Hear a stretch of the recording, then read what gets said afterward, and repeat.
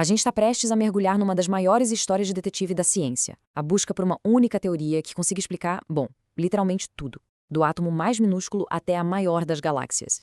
E para começar, uma pergunta que já bagunça a cabeça. E se tudo isso que a gente conhece, todo o nosso universo, for só uma opção num cardápio cósmico com infinitas possibilidades? Fica com essa ideia, porque ela é a chave de tudo.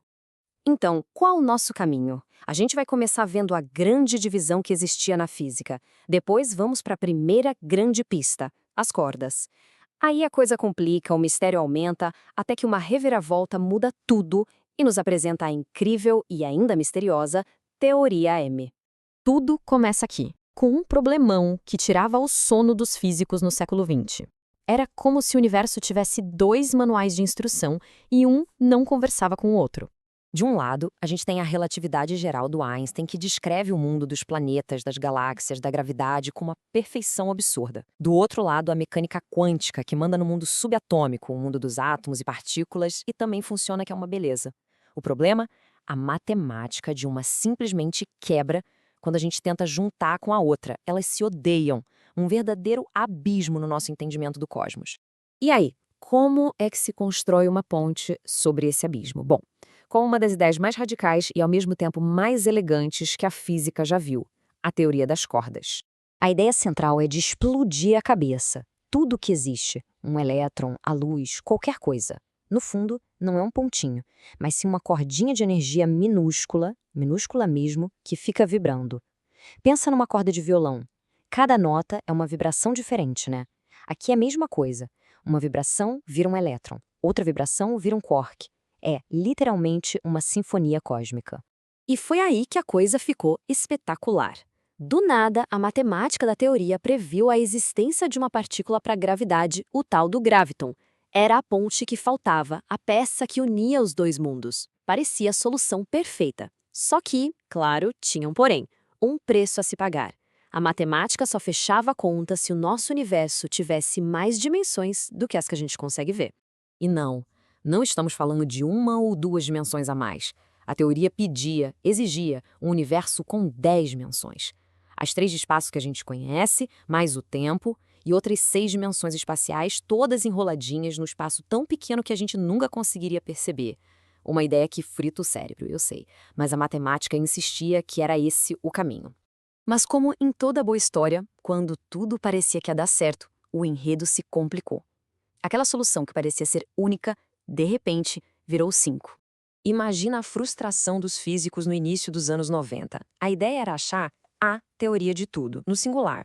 E, de repente, eles tinham 5. Não faz sentido. A realidade não pode ter 5 manuais de instrução diferentes, né? Alguma coisa estava errada. Eram essas aqui. 5 versões da teoria das cordas. E o pior, todas eram consistentes, todas pareciam matematicamente válidas, mas cada uma descrevia um universo um pouquinho diferente. A busca pela resposta única tinha virado um labirinto de múltipla escolha. E foi aí que o nosso herói apareceu. Em 1995, um físico chamado Edward Witten sobe num palco e, bom, ele basicamente vira o jogo de cabeça para baixo. Esse momento, gente, não é exagero, ficou conhecido como a segunda revolução das cordas. Foi um daqueles momentos que reacendeu a esperança e deu uma direção completamente nova para essa busca. A sacada do Witten foi simplesmente genial. Ele sugeriu que todo mundo estava olhando para o problema do jeito errado. Ele disse, e se não forem 5 teorias diferentes? E se forem 5 pontos de vista da mesma teoria? Uma teoria ainda mais profunda. Era como 5 pessoas descrevendo um objeto no escuro. Uma toca numa parte, outra em outra, as descrições são diferentes, mas o objeto é o mesmo. E essa teoria mãe que unificava tudo ganhou um nome, Teoria M. E o M, bom, essa é a parte divertida. Ninguém sabe o que significa. O próprio Witten brincou que podia ser M de mistério, de mágica ou mãe de todas as teorias. Cada um escolhe seu favorito. Só que para essa mágica toda funcionar, a teoria M precisava de uns conceitos novos, umas ideias ainda mais, digamos, exóticas. E a primeira grande mudança foi essa aqui. A matemática mostrou que para todas as peças se encaixarem, 10 dimensões não eram o suficiente.